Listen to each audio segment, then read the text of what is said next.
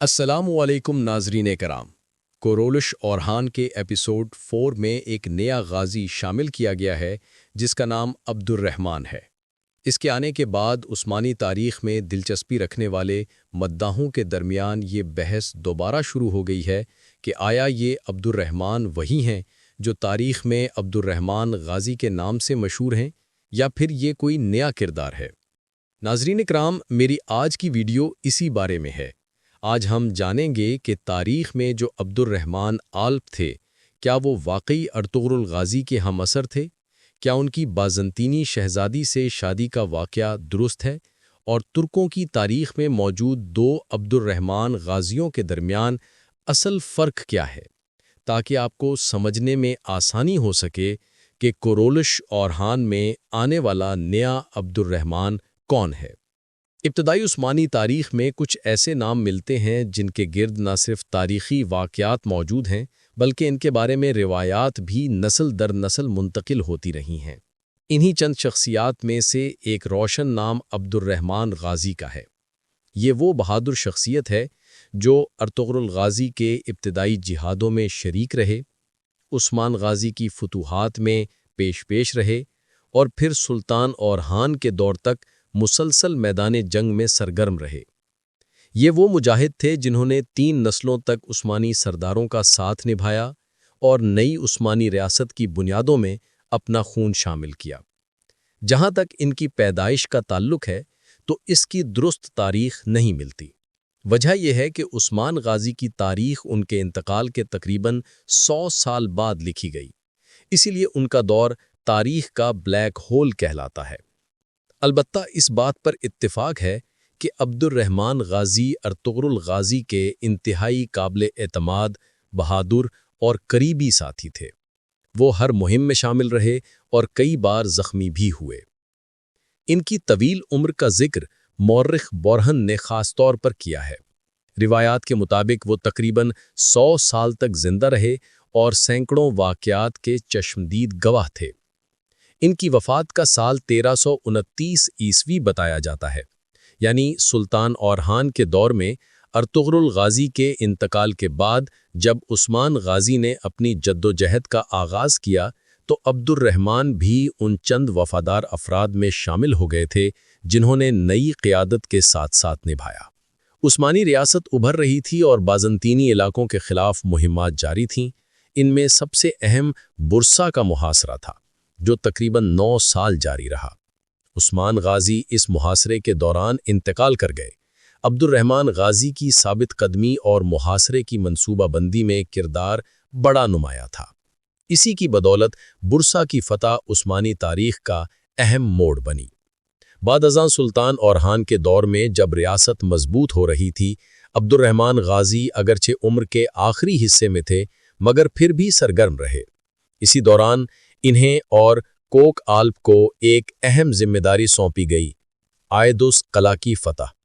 یہ بازنطینی سلطنت کا مضبوط ترین سرحدی قلعہ تھا، لیکن عثمانی غازیوں کی حکمت عملی کے باعث بغیر زیادہ خون ریزی کے فتح ہو گیا۔ اسی قلعے سے منسوب ایک مشہور روایت عثمانی مورخین نے قلم بند کی ہے۔ مشہور مورخین عاشق پاشا زادہ، نشری اور خواجہ سعد الدین نے اس واقعے کو تفصیل سے بیان کیا ہے۔ روایت کے مطابق قلعے کے تکفور یعنی گورنر کی ایک بیٹی نے خواب میں دیکھا کہ رسول اللہ اور ایک نورانی چہرے والے بہادر مجاہد اسے ناپاکی سے پاک کر رہے ہیں اور اسے نیا لباس پہنا رہے ہیں۔ خواب کے فوراً بعد اسے معلوم ہوا کہ قلعے کے باہر عثمانی فوج نے محاصرہ کیا ہوا ہے۔ اس نے فوراً سمجھ لیا کہ شاید خواب والا نورانی شخص انہی غازیوں میں سے ہے۔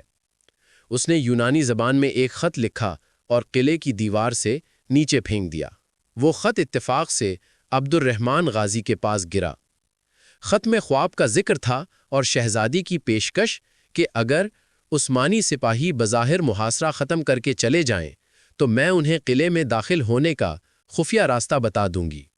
عبد الرحمن غازی نے مشورے کے بعد محاصرہ ختم ہونے کا ڈرامہ کیا، کیمپ کو بھی آگ لگا دی تاکہ دشمن کو یقین ہو جائے کہ غازی ناراض ہو کر واپس چلے گئے۔ رات کے وقت عبد الرحمن غازی اور چند ساتھی قلعے کے ایک گوشے میں پہنچے۔ شہزادی نے رسی لٹکائی اور وہ اندر داخل ہو گئے۔ پھر انہوں نے بڑا دروازہ کھول دیا، یوں قلعہ بغیر خون ریزی کے فتح ہو گیا۔ شہزادی کو اورحان بے کے سامنے پیش کیا گیا۔ اس نے عبد الرحمن غازی کو دیکھتے ہی پہچان لیا کہ یہی وہ نورانی چہرہ ہے جو خواب میں نظر آیا تھا۔ اس نے اسلام قبول کرنے کی خواہش ظاہر کی۔ اورحان بے نے اسے عبد الرحمن غازی کے نکاح میں دے دیا اور مال غنیمت سے حصہ بھی عطا کیا۔ یہ واقعہ آئیدوس قلعے کی داستان کے نام سے مشہور ہوا۔ عبد الرحمن غازی نے اپنی زندگی کا آخری حصہ درس کے قریب گزارا اور 1329 میں وفات پائی۔ ان کا اصل مزار استنبول کے سماندرا علاقے میں ہے، جبکہ سوغت میں ارطغرل غازی کے مزار کے پاس ایک یادگاری مزار بھی موجود ہے۔ اب یہاں ایک اور عبد الرحمن غازی کا ذکر ضروری ہے۔ ایک صحابی رسول بھی تھے جن کا نام حضرت عبد الرحمن غازی رضی اللہ عنہ ہے۔ وہ سیدنا عمر کے دور میں روم کے علاقے ارض روم میں شہید ہوئے۔ لوگ اکثر ان دونوں کو خلط ملط کر دیتے ہیں، اسی لیے مورخین نے وضاحت سے لکھا ہے کہ ارطغرل عثمان و اورحان کے ساتھی ترک عبد الرحمن غازی ہیں، جبکہ عرب صحابی رسول ایک بالکل مختلف شخصیت ہیں۔ عبد الرحمن غازی کی اصل عظمت ان کی عمر یا فتوحات میں نہیں بلکہ وفاداری میں ہے۔ انہوں نے 3 نسلوں تک ایک ہی مقصد کے لیے جنگ لڑی: حق کی سربلندی، ظلم کا خاتمہ اور ایک اسلامی ریاست کی بنیاد۔ اب سوال یہ ہے کہ کرولش اورحان میں آنے والا نیا عبد الرحمن آلپ کون ہے؟ آپ ساری تاریخ سن کر سمجھ چکے ہوں گے کہ وہ اصل تاریخی عبد الرحمن غازی نہیں ہے۔